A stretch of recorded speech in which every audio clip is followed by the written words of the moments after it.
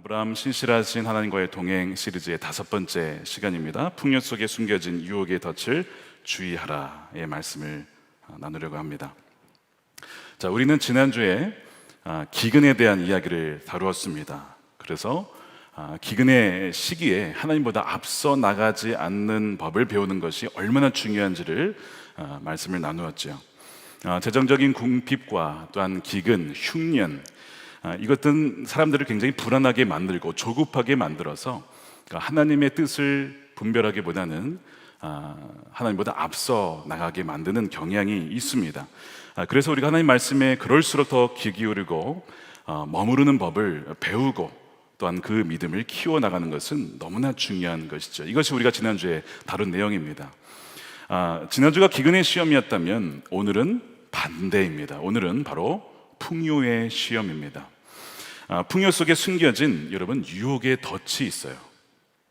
성경을 전체적으로 보면 믿음 안에 있다가 떨어져 나가는 사람들이 있습니다. 그래서 성경은 뭐라고 하냐면 우리의 마음을 무릇 지킬 만한 것보다 우리의 마음을 지키라고 했는데 그 이유는 생명의 근원이 우리의 마음에서 나기 때문에 그렇다고 했습니다. 그래서 우리가 마음을 지키지 못하면 우리의 생명을 잃을 수도 있다라고 경고하는 겁니다. 우리의 마음을 지키기 가장 어려운 때가 여러분 언제라고 생각을 하십니까? 여러 순간들이 있어요. 지난주처럼 기근의 때가 있고요. 또한 위기로 인해서 두려울 때가 있고 의심과 절망의 때가 있습니다. 신앙적인 고난이 다가올 때가 있습니다. 다 마음을 지키기가 쉽지 않은 순간들이죠. 그런데 성경 전체에서 믿음의 사람들이 믿음을 지키지 못하고 그 믿음을 잃어버리는 혹은 넘어지고 또한 타락하게 되어지는 때가 있습니다. 그때가 언제냐면 바로 풍요의 때입니다. 풍요의 때, 그리고 풍요에 지려고 하는 그 유혹에 넘어지게 된다는 것이죠. 물질과 소유에 또한 돈에 대한 욕망으로 무너진다는 겁니다. 구약 성경을 보면 이스라엘 백성들이 하나님을 떠나서 섬기게 되어지는 신이 바알 신인데, 쉽게 얘기하면 바알 신은 바로 풍요의 신입니다. 돈신이라고 할 수 있겠습니다. 그래서 예수님이 하나님의 라이벌은 누구라고 지목을 했죠? 바로 맘몬이다. 돈신이 하나님의 라이벌이다.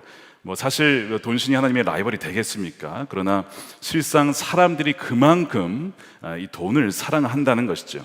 마태복음 6장 24절입니다. 한 사람이 두 주인을 섬기지 못할 것이니 혹 이를 미워하고 저를 사랑하거나 혹 이를 중히 여기고 저를 경히 여김이라. 너희가 하나님과 재물을 겸하여 섬기지 못한다는 겁니다. 그래서 내가 돈을 사랑한다면 그건 분명한 거예요. 하나님 사랑하는 거 아닙니다.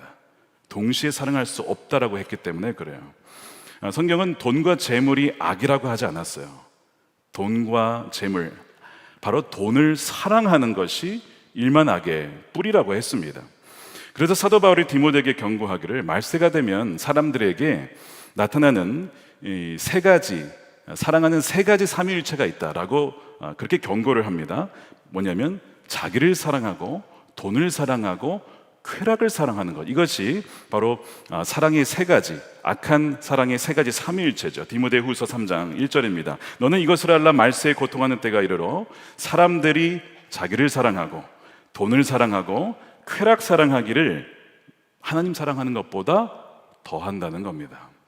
여러분들이 사랑하는 대상은 누구시죠? 정말 하나님 한 분만을 전적으로 온 마음을 다해서 전심으로 여러분 사랑하십니까?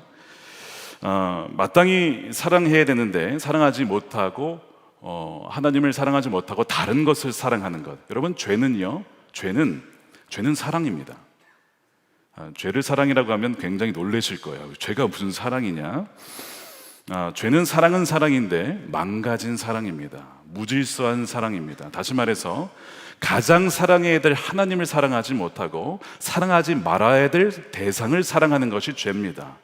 그리고 두 번째로, 세 번째로 사랑해야 될 대상을 가장 사랑하는 것이 죄라는 거예요. 그래서 죄는 사랑이에요. 여러분, 죄를 지을 때 즐거우시죠? 그 이유는 죄는 사랑이기 때문에 그렇습니다. 그러나 그것은 왜곡된 사랑이고 무질서한 사랑이기 때문에 하나님을 가장 사랑하지 않는 그 사람은 반드시 그 왜곡된 사랑 때문에 멸망하게 되어 있습니다. 정말 그 영혼이 서서히 죽어가게 됩니다. 오늘 우리가 롯을 통해서 그 일부분을 보게 될 거예요. 그래서 풍요와 번영의 때에 우리의 마음을 지키는 것은 가장 어렵습니다. 이것이 성경이 경고하는 거예요. 여러분, 사울과 다윗과 솔로몬의 공통점이 있어요. 말씀드린 대로 이 셋은 기근의 때에 무너지지 않았습니다. 어려울 때 무너지지 않아요. 사람은 어려우면요, 물론 어려울 때도 너무 힘들죠. 광야의 때 엄청 힘듭니다. 그러나 어려우면 하나님을 의지하게 돼요. 찾게 됩니다. 기도의 자리에 나옵니다. 여러분, 기도의 자리에 왜 나오셨어요? 어려워서 나오신 분들이 많이 있으실 거예요. 그래서 기근의 때는 오히려 하나님을 찾게 되는데, 언제 하나님을 떠나게 되느냐? 형통했을 때, 성공했을 때, 풍요의 때에 하나님을 잊습니다. 그러니까 사울과 다윗과 솔로몬의 공통점은 다 성공했을 때, 형통했을 때 하나님을 잊었다는 것입니다.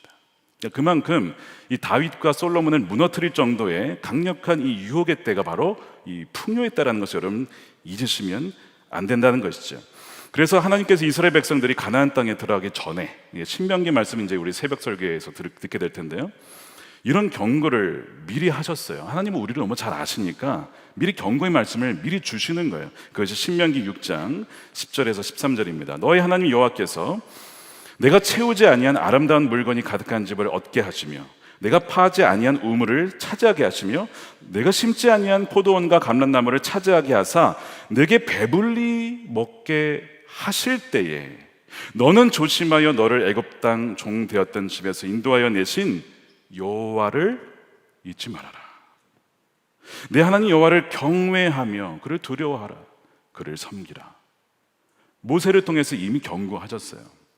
너희가 배부르면, 너희가 좋은 집과 배부른 그 상황과 땅과 그것을 보게 되면 하나님을 잊을 수도 있어. 미리 경고하셨어요. 그때 꼭 기억해야 돼. 하나님을 잊어서는 안 된다. 이 모든 것을 주신 분은 바로 하나님이야 라고 미리 말씀을 하신 거죠. 바로 풍요의 때가 가장 사실은 영적으로는 위험한 때라는 것이죠. 아브람과 롯이 우르를 떠나 하란을 거쳐서 가나안 땅으로 옵니다. 그 오는 동안 여러분 잘 보세요. 다툰 적이 있습니까? 다툰 내용 나오지 않아요. 잘 지냈습니다. 물론 어려운 시기를 지나긴 했지만 서로 다투었던 내용은 없습니다. 그들은 고향을 떠나야 했습니다. 본토 친척 아비집을 떠나야 했고, 또한 어디로 가야 할지 알지 못한 채 그저 믿음으로 나아가는 그 상황을 지내왔어요. 위기의 순간에 사람들은요, 서로 의지합니다. 싸우기보다는, 물론 싸울 수도 있어요. 힘들기 때문에 싸우기도 하지만 위기의 순간에 서로 의지하고 합치고 그 위기를 극복하려는 경향이 있습니다. 물론 지난주에 살펴본 대로 조급해서 하나님보다 앞서 나가는 일도 물론 있습니다. 그러나 대체로 사람들은 외부적인 어떤 위기가 다가오면 내부적으로는 단결하는 그런 경향이 있어요. 여러분, 정치를 보세요. 정권 교체합시다 그러면 내부적 단결이 일어납니다. 그리고 교체가 일어나면 분열이 일어납니다. 왜냐하면 이제는 누가 이거를 차지하냐, 이렇게 되는 거죠. 기근도 위험하지만 가장 위험한 때는 바로 풍요로울 때예요.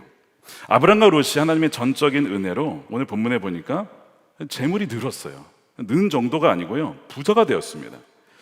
사실 아브람은 애굽에 제멋대로 내려갔다가 사실 아내를 잃을 뻔했어요. 그런데 하나님의 정말 자비죠. 용서받을 수 없는데 용서를 받고 은혜를 받아서 살아 돌아옵니다. 아내와 함께. 그냥 돌아오지 않고 하나님이 그 재산을 같이 주신 거예요. 그 2절에 보니까 아브라함에게 가축과 은과 금이 풍부하였더라. 그 이제 바로 왕이 준 이 재물을 함께 가지고 온 겁니다. 그렇다 보니까 이제 가축을 돌보기 위해 목자들이 있어야 했겠죠. 목자들이 늘어납니다. 롯도 마찬가지입니다. 좁은 땅에 같이 여러 목자들이 같이 있다 보니까 서로 충돌을 하게 됩니다. 그들의 소유가 많아지면서 다투게 되는 거예요. 기근의 때에는 다툼이 없었는데 재산이 많아지니까, 안정적이 되니까 다투더라는 것이죠. 그래서 가나안 사람들이 지켜봅니다. 안 믿는 이들이 믿는 이들의 분쟁을 보는 거예요. 오늘 6절에 보니까 그 땅이 그들이 동거하기 넉넉하지 못하였으니 이는 그들의 소유가 많아서 동거할 수 없었음이라. 그러면서 뒤에 보면 롯의 가축의 목자가 서로 다투고 그것을 가나안 사람과 브리스 사람도 그 땅에 거주했는지라. 그러니까 안 믿는 사람들에게 전혀 본이 되어지지 못하는 상황이 발생하는 겁니다. 풍요로울 때가 기근의 때와 비교할 수 없이 영적으로 위험한 때라는 것이죠. 이 말씀을 읽으면 어떤 분들은 싸워도 좋으니까 좀 부자가 되었으면 좋겠다, 뭐 이렇게 묵상하신 분들 분명히 있을 거예요. 예, 분명히 싸워도 좋으니까 좀 재산 좀 가졌으면 좋겠다라고. 근데 여러분 잘 보시면 오늘 말씀과 다음 주, 그 다음에 이제 창세기 18장, 19장 말씀을 지나가면서 롯이 어떻게 되는지 한번 보시면 그 말씀이 한번 쏙 들어가실 겁니다. 여러분, 풍요하게 된다는 것이 사실은 책임이지 굉장히 사실은 두려운 일이에요. 이것이 영적으로는 굉장히 그 사람을 위험하게 만들 수도 있기 때문에 그렇습니다. 자, 이 위기와 갈등을 아브라함이 어떻게 극복을 할까요? 그 사람이 어떠한 사람인지는 그 사람의 말을 들어보면 알 수가 있습니다. 여러분, 그 품격이라고 하는 그 품자는 입, 구자 세 개가 붙어 있어요. 그 사람의 말을 들어보면 그 사람이 누군지를 알 수 있습니다. 또한 그 사람이 선택하는 것을 보면 또 그 사람이 무엇을 중요하게 여기는지를 알 수가 있죠. 아브라함이 롯에게 굉장히 따뜻한 말로 먼저 양보를 해요. 야, 우리가 싸워서 되겠느냐? 너와 나는 친척 아니냐? 우리는 이러면 안 된다. 이렇게 먼저 따뜻한 말로 이야기를 하죠. 재산이 뭐 중요하냐? 재산이 뭐 중요해? 그러면서 한 가족이니까 우리 관계가 더 중요한 것 아니니? 그러면서 우리가 이렇게 싸우느니 서로 떨어져 살자. 떨어져 살고, 그리고 대신에 너가 먼저 선택을 해. 여기 땅을 둘러봐. 얼마나 이 땅이 많은지 갈 곳은 참 많아. 그러면서 그에게 먼저 선택할 권리를 제안을 하고 양보를 합니다. 그것이 9절이에요. 내 앞에 온 땅이 있지 아니하냐? 나를 떠나가라. 너가 좌하면 나는 우하고 너가 우하면 나는 좌할게. 그는 뭐 재산이나 뭐 풍요로움 여기에는 큰 관심이 없고요. 일단 우리가 싸우면 안 된다.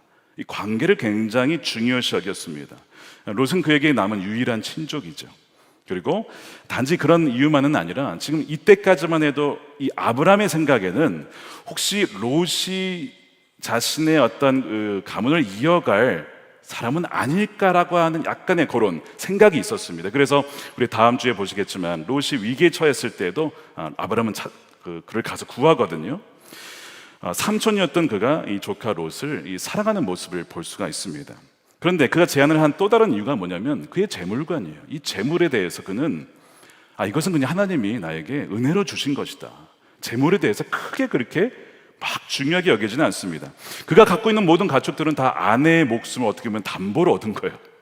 아내를 잃을 뻔했죠. 그걸로 이제 얻은 재산이에요. 어떻게 보면 불의한 재산은 아니지만 정말 자기가 번 재물은 아니잖아요. 그러니까 지금 아브라함은 그걸 알고 있습니다.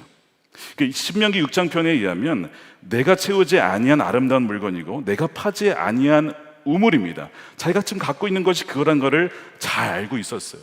전적인 하나님의 은혜로 지금 주어진 재산인 것을 알고 있습니다. 사실은 자기는 완전히 실패할 수밖에 없었던 것에서 하나님이 나를 건져주신 거예요. 거기에다가 재산까지 덤으로 주신 거죠. 자기가 잘해서 된 것이 아님을 알고 있습니다.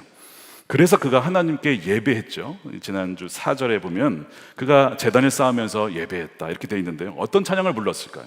요즘에 의하면 은혜라는 찬양 부르지 않았을까요? 내가 누려왔던 모든 것들이, 내가 지나왔던 모든 시간이, 내가 걸어왔던 모든 순간이 당연한 것이 아니라 은혜였어. 그러니까 지난주에도 살펴보았던 모든 삶의 자신이 이게 지금 은혜구나. 은혜요, 한없는 은혜요.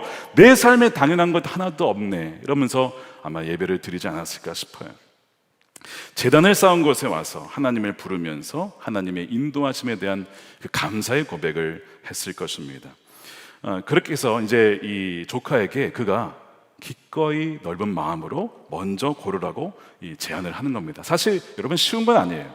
이 시대가 어느 시대죠? 이 바벨탑을 쌓은 시대입니다. 서로 너나 할 것 없이 누가 더 물질을 쌓을까, 누가 더 명예롭게 자신의 이름을 알릴까 하는 그 시대 가운데 살고 있습니다. 그런데 거기에서 야, 너가 먼저 선택을 해. 너가 좋은 땅을 선택해. 너가 더 부자가 되었으면 좋겠어. 너가 더 잘 되었으면 좋겠다라고 양보할 수 있는 것은요, 일반적으로는 절대 이거 불가능한 일입니다. 그가 이렇게 할 수 있는 이유가 있어요. 바로 하나님 때문에 그렇습니다. 하나님이 내 삶을 붙잡고 계시지. 하나님이 나에게 하신 약속이 있지. 그는 그것이 있기 때문에 당연히 조카에게 먼저 그 땅을 내어놓고 선택하라고 줄 수가 있었던 것입니다. 그에게는요, 이 재산이라는 것은 그냥 하나님이 인도하심에 따라서 가다 보면 주실 수도 있는 것이고 뭐 없어도 그만, 뭐 그런 존재였던 거예요. 가장 중요한 것은 하나님이었던 거예요. 벌써 그의 기반이 조금씩 바뀌어 갑니다. 그는 원래 신실한 사람이 아니었다고 말씀드렸어요. 믿음이 별로 없는 사람이었습니다. 근데 벌써 오늘 23장 후반부에 오면서 이 아브라함이 뭔가 좀 변화가 되었다는 것을 여러분 느끼실 거예요. 그 이유가 뭐라고요? 지난주 그 사건이에요. 하늘에 이룰 수밖에 없었던 그 사건, 하나님보다 먼저 갔다가 정말 어떻게 보면 이 인생이 완전히 끝나는, 약속이고 뭐고 다 취소가 될 수 있는 그 상황 속에서 하나님이 나를 그냥 무조건 편들어 주시고 그냥 건져 주신 거예요. 도대체 하나님은 어떤 분이신지, 그 하나님을 아브라함이 경험하면서 그의 심정에 변화가 일어나고 있는 것이 바로 오늘 23장의 아브라함의 모습이죠. 그러다 보니까 굉장히 그 여유가 있어요. 너가 먼저 선택을 해라. 너가 좌로 가면 나는 우로 갈게. 그렇게 제안을 하는 것이죠. 여러분, 하나님의 신실하심이 우리를 변화시키는 겁니다.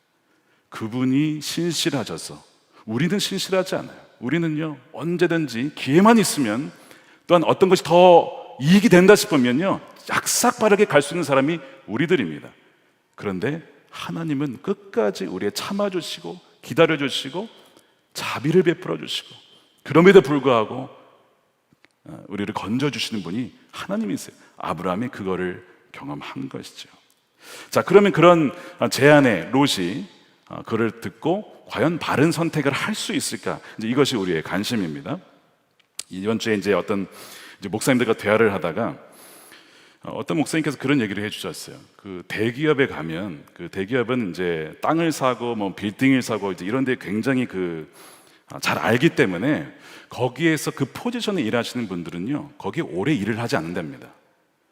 왜냐하면 거기서 일을 하다 보면 어느 지역이 개발이 되고 어느 지역의 땅값이 오른다는 것을 너무나 잘 아는 거예요. 그게 다 보이는 거예요. 그래서 한 3년에서 5년이 지나면 퇴사를 한답니다. 그리고 뭐 하는 거예요? 거기에 투자를 하는 거예요, 본인이. 그래서 오래 있지 않고 나온다는 얘기를 해 주시더라고요. 그러면서 본인 얘기를 하시는데, 본인도 사역을 하다 보니까 때로는 그 땅이나 빌딩을 알아봐야 되는 뭐 선교적인 이유 때문에 그런 때가 있었대요. 근데 하나님이 감사하게도 자기에는 그런 땅을 볼 수 있는 눈을 안 주셨대요. 자기가 고르는 것마다 땅값이 떨어지고 빌딩이 땅값이 떨어져서 이상하다라는 거예요. 하나님은 정말 나에게는 이런 은혜를 주셔서 절대 다른 데에 한눈 팔지 말고 오로지 목회에만 전념하라고 이런 걸 주신 것 같다. 자신은 정말 레위인이라는 거죠. 레위인은 땅을 안 받았잖아요. 그런 얘기를 하시는 거예요. 제가 그 얘기를 듣고 나서 목사님 정말 복의 근원이십니다. 목사님이 좌를 선택하면 우리는 우를 가겠습니다. 거기는 무조건 망하는 거니까 우리는 반대로 가면 되잖아요. 목사님이 우를 가면 우리는 좌를 가겠습니다. 그러니까 어디든지 알려만 주십시오. 복의 근원입니다. 목사님 때문에 주변 사람들이 복을 받을 것입니다. 그래서 궁금하신 분은 설교 이후에 저에게 문의하시면 누군지 제가 소개해 드리도록 하겠습니다. 이렇게 한바탕 웃고 지나갔어요. 이렇게 우스갯소리로 지나갔는데요, 과연 롯이 바른 선택을 했을까요? 너무나 아쉽게도 롯이 정말 고르고 골라 택한 땅은 망할 땅이었습니다. 망할 땅. 여러분 10절에 보시면 롯이 갈 땅을 선택하기 위해 땅을 둘러봐요. 10절 보십시오. 이에 롯이 눈을 들어 요단 지역을 바라본즉 수알까지 온 땅에 물이 넉넉하니 여호와께서 소돔과 고모라를 멸하시기 전이었으므로 여호와의 동산 같고 애굽 땅과 같았더라. 그가 바라보았다고 했어요. 이 바라보다가 그냥 본 건 아닙니다.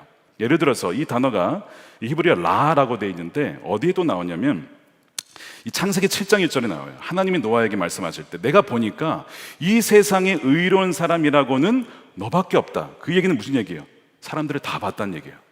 그러니까 그냥 본 게 아니라 다 살펴봤어요.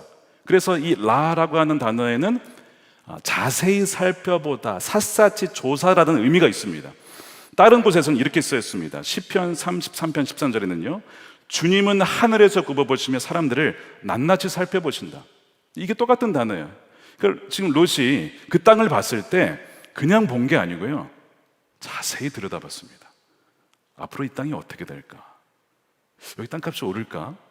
여기 투자하면 괜찮을까? 여기에 좀 정착하면 좀 잘 살 수 있을까? 정말 독수리와 같은 눈으로 바라보았다는 거예요. 물론 그가 거기에 가서 뭐 하나 방문해서 일일이 다 본 것은 아니었습니다만 그는 분명히 철저하게 그 땅을 자세히 보았다는 그 의미가 여기에 담겨 있어요. 여러분, 롯은요 지금 이 상황을 보면요 절대 손해볼 사람이 아닙니다. 사실 삼촌이 야 너가 먼저 골라 그러면 아유 제가 족한데 삼촌이 먼저 고르십시오, 이게 정상이잖아요. 너가 먼저 골라 그럴까요? 자기가 먼저 가는, 이게 절대 지금 롯은 손해볼 마음이 없어요. 온통 그 마음에 이 돈에 대한, 재물에 대한, 풍요에 대한 욕심이 가득 차 있는 거예요. 거절도 없이 양보도 없이 자기가 먼저 봅니다. 자, 그래서 바라보았다고 해서 그러면 제대로 봤냐? 10절에 보니까 좀 흥미로운 표현이 나와요. 롯이 보니까 물이 넉넉했습니다. 그건 제대로 본 겁니다. 그래서 마치 그것이 뭐와 같았다고 했냐면 여호와의 동산 같다. 여호와의 동산은 에덴 동산입니다. 에덴 동산은 하나님이 모든 것을 다 주신, 없는 것 빼고 다 있는 곳이 에덴 동산이에요. 여호와의 동산처럼 보였다는 것이죠. 근데 처럼 보였다는 거예요. 자, 이 해석은요 롯의 해석입니다. 롯이 보기에 그렇게 보인 거예요. 자, 이거는 정말 그럴 수도 있고 아닐 수도 있어요. 근데 그 다음 구절을 보면 좀 이상합니다. 애굽 땅과 같았더라. 여러분, 여호와의 동산과 애굽은 뭔가 좀 안 맞는 것 같지 않아요? 여호와의 동산과 예를 들면 젖과 꿀이는 땅, 이게 뭐가 좀 비슷해 보이는데 여호와의 동산 같은데 애굽 땅? 애굽은요 부정적인 의미잖아요. 여러분, 애굽 땅이 어떤 의미였습니까? 지난주 본 것처럼 가서는 안 될 땅이에요. 물론 거기는요 풍족한 땅입니다. 기근 중에도 나일강 때문에 염려가 없는 곳이에요. 그러니까 정말 어떻게 보면 여호와의 동산 같은 그런 느낌이 날 수도 있겠죠. 그런데 분명히 아브라함이 경험한 것은 애굽은 내려가서는 안 되는 곳이었고 그것을 경험하고 뼈저린 실패를 통해서 배운 것이 바로 애굽입니다. 그리고 지금 올라왔어요. 롯도 거기에 같이 있었습니다. 근데 지금 거기가 지금 애굽 땅처럼 보였다는 것은 여러분 뭘 의미하죠? 아브라함과 롯이 애굽에서 나왔는데, 몸은 나왔는데 롯은 여전히 그의 마음이 애굽에 있다는 거예요. 롯의 마음은 애굽에서 나오질 못했어요.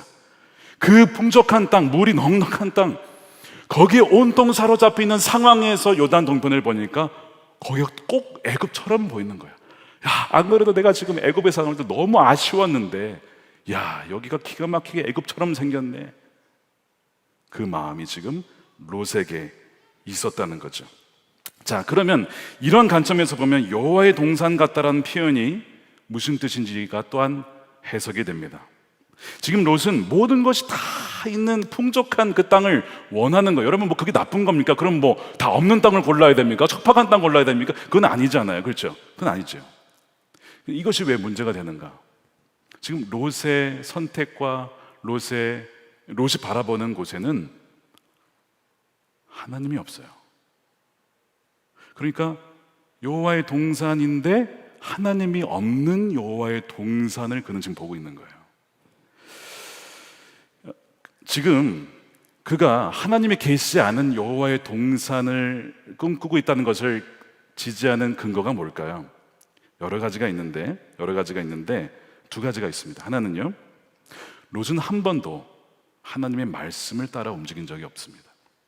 그게 첫 번째 근거예요. 여러분, 지난 그 12장부터 쭉 보시면요, 지금까지 롯이 어떻게 왔어요? 아브라함은 하나님의 말씀을 따라왔다, 이런 표현들이 나오죠. 근데 롯은 어떻게 왔습니까? 아브라함을 따라왔어요. 그래서 12장 4절에 이 아브라함이 여호와의 말씀을 따라갔는데 롯도 그냥 그와 함께 갔다는 거죠. 뭐 나쁘지 않아요. 13장에서도 롯이 애굽에서 다시 올라올 때에 그저 그냥 아브라함을 따라갑니다. 그래서 조카 롯도 그와 함께 갔다. 근데 가만히 보면 롯은 하나님이나 어떤 하나님 말씀을 따라 움직인 적이 없어요. 물론 이것이 그의 죄라고 할 수 있을까요? 여러분, 뭐 영적인 아이가 영적 부모 따라가는 건 당연한 것이죠. 그리고 야곱의 이야기도 나중에 보시면 야곱도 처음에는 아브라함의 하나님, 뭐 이삭의 하나님이라고 불렀지 자기 하나님이라고 부르지 않습니다. 부모님이 하나님인 거예요. 그런데 어느 순간에는 하나님을 직접 만납니다. 그러니까 지금 롯은 아브라함을 따라서 간접적으로 하나님에 대해서는 알았어요. 그러나 직접 그의 말씀을 들었다거나 따라간 적은 없는 상황입니다. 그런데 그가 스스로가 결정을 내리라고 하고 있어요. 근데 그 결정에는 말씀도 없었고 하나님도 없었고 그저 눈에 보이기에 좋고 풍족한 것만 보게 되었다는 것이죠. 두 번째 근거가 있어요. 그는 하나님이 약속하신 땅을 한 번도 바라보지 않았다는 데 있습니다. 땅을 보라고 했는데 여러분 지금 그 아브라함이 뭐라고 하냐면 야, 이 땅이 지금 얼마나 많냐, 어디든지 한번 골라봐라 했는데 그가 바라본 곳은 딱 한 군데입니다. 동쪽이었어요. 동쪽만 봅니다. 그가 왜 동쪽만 보는지 아십니까? 서쪽은 어디예요? 가나안 땅이에요. 여기는 볼 필요도 없어요. 기근의 땅이에요. 여기는 기근의 땅, 황폐한 땅이에요. 너무나 고생한 땅이에요. 여기는 가볼 필요도 없고 볼 필요도 없고 다른 데 다 볼 필요도 없어요. 그냥 동쪽의 그 화려하고 풍족한 그 땅만 그는 바라보았다는 점에서 뭘 의미하느냐? 롯에게는 하나님의 약속이 상관이 없어요. 관심이 없어요. 계속 아브라함에게 하나님이 주신 말씀이 있잖아요. 이 땅이 너에게 주신 약속의 땅이다. 내가 이 땅에 함께 할 것이다 했는데 롯은요 전혀 거기에 관심이 없었다는 뜻이고 약속을 전혀 믿지 않았다는 뜻이고 하나님의 말씀이 그의 안에는 있지 않았다는 뜻입니다. 그래서 그는 동쪽으로 가고요, 12절에 보면 소돔 가까이로 계속 동쪽을 향해 가요. 예전에 이런 표현이 있었습니다. 달마가 동쪽으로 간 까알달 이런 표현이 있었어요. 동쪽으로 왜 가냐 이거. 성경에서요 동쪽은 별로 좋지 않은 곳입니다. 동쪽은요 에덴에서 쫓겨났을 때 아담과 하와가 에덴의 동편에 있었다. 가인이 아벨을 죽인 다음에 에덴의 동편에 있어 쫓겨난 곳이 동편입니다. 그리고 바벨탑을 쌓은 것도 역시 동방이라고 했습니다. 그리고 또 역시 롯이 가는 것은 동쪽이에요. 그래서 동쪽이 상징하는 것은 뭐냐면 하나님의 약속과 반대 방향이 동쪽이 의미하는 성경의 의미예요. 근데 지금 계속 롯은 그곳을 가게 되는 것이고 거기서 눈을 떼지 못하고 있는 겁니다. 눈이 가려져 있기 때문에 그래요. 눈이 가려져 있으니까 봐야 될 것을 보지 못하고요, 보고 싶은 것만 보는 겁니다. 여러분 보고 싶은 것만 보고 계시지 않으세요? 내가 보고 싶은 게 있어요. 그리고 그걸 봅니다. 그리고 하나님도 거기를 봐주기를 원하는 마음, 나의 탐욕 때문에 그래요. 하나님이 어디를 보시는가가 아니라, 그래서 내가 주님을 주목하고 주님이 어디를 바라보시는가를 주목하는 것이 아니라 내가 먼저 정해놓고서 하나님 여기를 좀 해주세요라고 계속 그분에게 얘기하고 있지는 않는가. 롯이 오판을 합니다. 그가 보기는 하지만 하나님 보시기에 악한 땅임을 보지 못했어요. 여러분 보다 혹은 어떤 시야라고 하는 뜻의 영어가 사이트입니다. 사이트. 그것이 보는 거예요. 근데 겉으로 보는 것만이 아니라 그의 안을 꿰뚫어 보다, 이것이 인사이트입니다. 그러니까 안을 들여다보면 그것이 통찰이 있는 것이고 본질을 꿰뚫어 보는 거예요. 근데 지금 롯은 겉만 바라봤지 그 내면의 본질을 보지 못해요. 그 땅이 하나님 보시기에 악한 땅임을 꿰뚫어 보지 못하고 있는 것이죠. 여러분, 저와 여러분들에게 정말 본질을 꿰뚫어 볼고 또 하나님이 보는 것을 볼 수 있는 그 통찰이 있기를 축복합니다.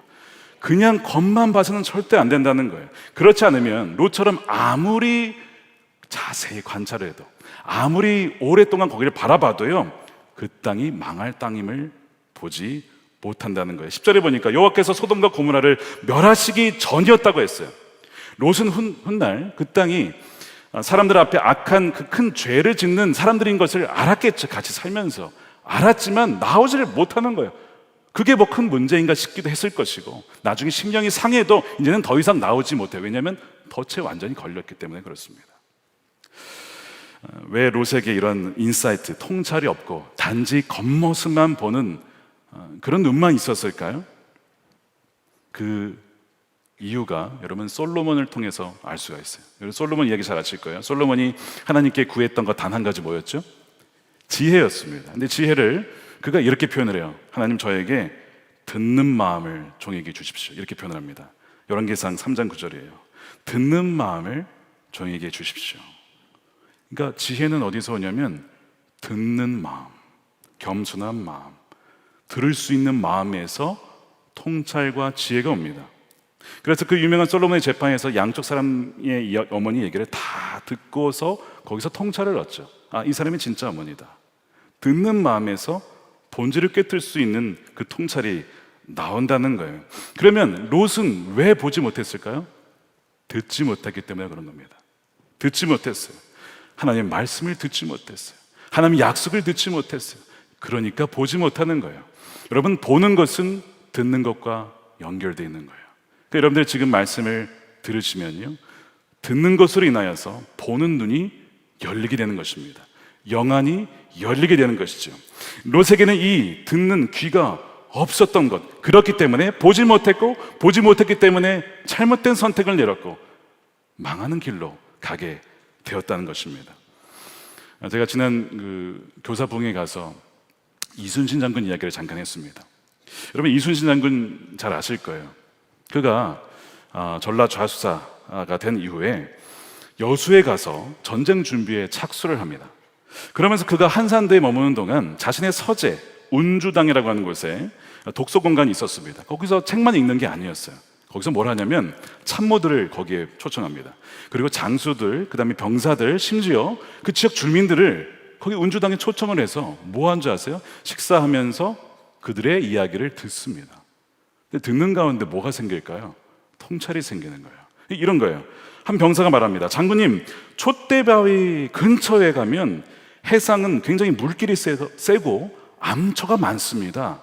그 얘기를 듣자 이순신 장군이 무슨 얘기를 하냐면, 아, 그런가, 잘못 들어서면 거기 큰일 나겠는걸. 그랬더니 거기 있던 주민이 얘기를 하는 거예요. 그렇습니다, 뱃사람 여럿을 집어삼켰습니다. 이런 얘기를 해요. 다음날 그가 거기를 갑니다. 들었잖아요. 보는 거예요. 물살이 세요. 암초가 있어요. 들었기 때문에 보이는 거예요. 거기에 착안을 해서 전략을 짭니다. 하객진을 짭니다. 작은 이야기지만 차이가 여기서 발생했던 거예요.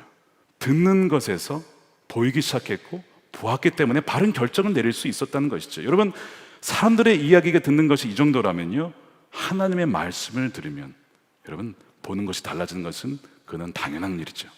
지금 롯에게 없었던 것은 바로 들을 귀가 없었다는 거예요. 말씀이 없었다는 거예요.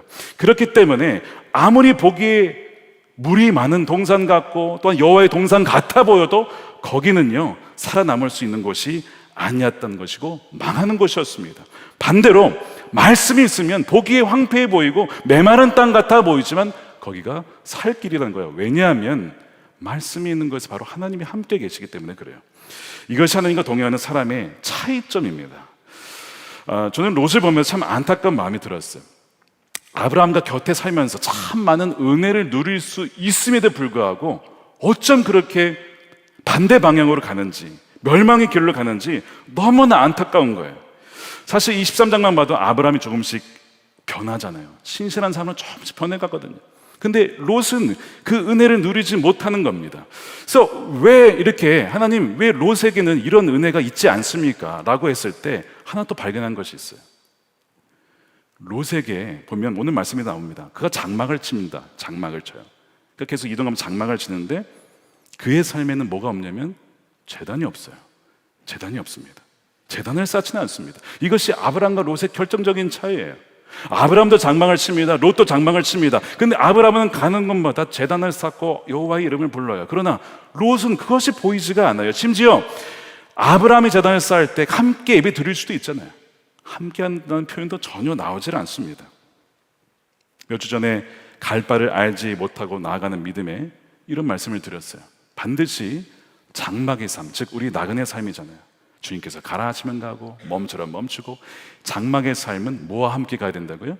제단을 쌓는 삶과 이것이 함께 가야 된다는 거예요. 근데 지금 장막은 있는데 롯에게는 제단이 없어요. 그러니까 그가 계속 잘못된 판단을 내리면서 잘못된 방향으로 가더라는 것입니다. 여러분, 제가 오늘 말씀을 묵상하다 보니까 이 소돔이라는 이제 지명이 나와요. 오늘 본문에. 소돔이 어떤 곳인가? 아, 소돔은 이런 곳이에요. 풍족한 여호와의 동산 같은 곳인데 하나님이 함께 하시지 않는 곳입니다. 보기에는 여호와의 동산 같고 애굽처럼 화려해 보이는 모든 것이 있는 곳인데 하나님이 함께 하지 않는 곳이에요. 여러분은 어디를 선택하시겠습니까? 종종 이런 경우가 있어요. 인dom을 받았어요. 하나님께 기도하면서 직장을 구하고 인dom을 받는데 포지션이, 대우, 환경 완벽해요. 딱 하나만 빼고 뭐예요? 신앙생활 제대로 할 수 없는 거예요. 고민을 하는 거예요. 목사님 어떻게 해야 됩니까? 저한테 물어보면 뭐 답은 뻔하죠. 그걸 뭐 고민합니까? 물론 그런 곳에 가야 하신 분이 있어요. 다니엘은 바벨론으로 들어갔습니다. 그런 어떤 믿음의 준비가 된 사람들도 있어요. 선교적인 마인드로 들어가야 되는 사람도 있습니다. 그러나 롯은 아니에요. 롯은 글로 가면 죽습니다. 그러니까 본인을 알아야 돼요. 내가 지금 소돔과 고모라, 바벨론으로 들어갈 만한 준비가 됐느냐, 아니면 나는 환경에 의해서 완전히 지배당하는 사람이냐, 본인이 알아야 됩니다. 지금 롯은 그런 분별력이 없었어요. 판단을 제대로 내리지 못한 겁니다. 지금 여러분들은 어느 방향으로 가고 있습니까? 여러분들의 시선은 어디를 향하고 계십니까?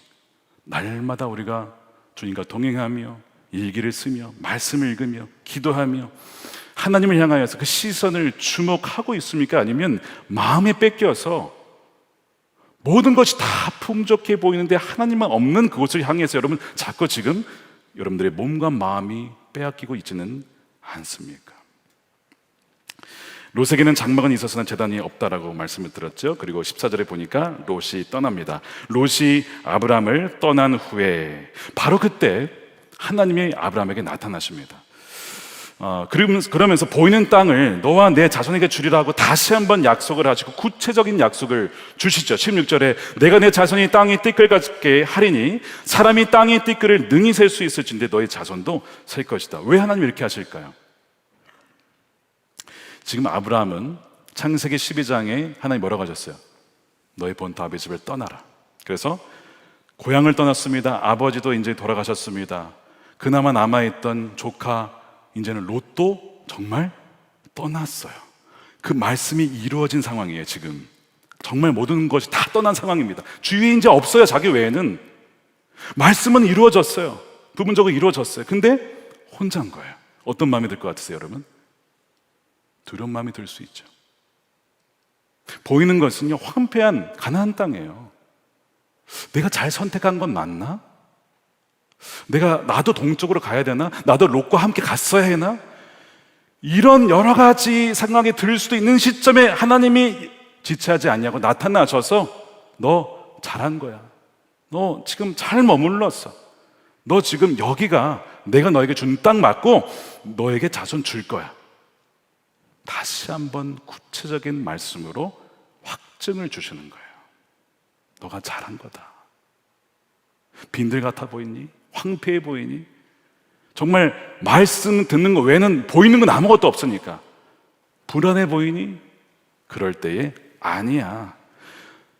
보이는 건 없어도 내가 있잖아.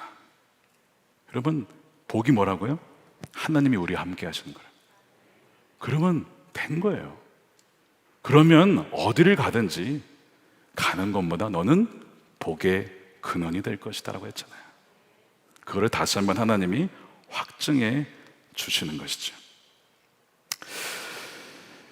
오늘도 저희 간증을 하고 마치려고 합니다. 제가 2013년에 봄에 대학원을 다니면서 미국의 교회에서 파트타임으로 사역을 하고 있었습니다. 그 교회에 이제 백인 성도님들 병원 신방을 다니면서 사역도 배우고 또 이렇게 섬기는 그런 시간이었는데요. 또한 한편으로는 이제 한인들 대상으로 바이블 스터디도 인도하고 예배도 인도하고 하는 그런 사역을 하고 있었어요. 근데 어느 날 그 지역의 감리사님이 저에게 연락을 하시더니 만나자는 겁니다.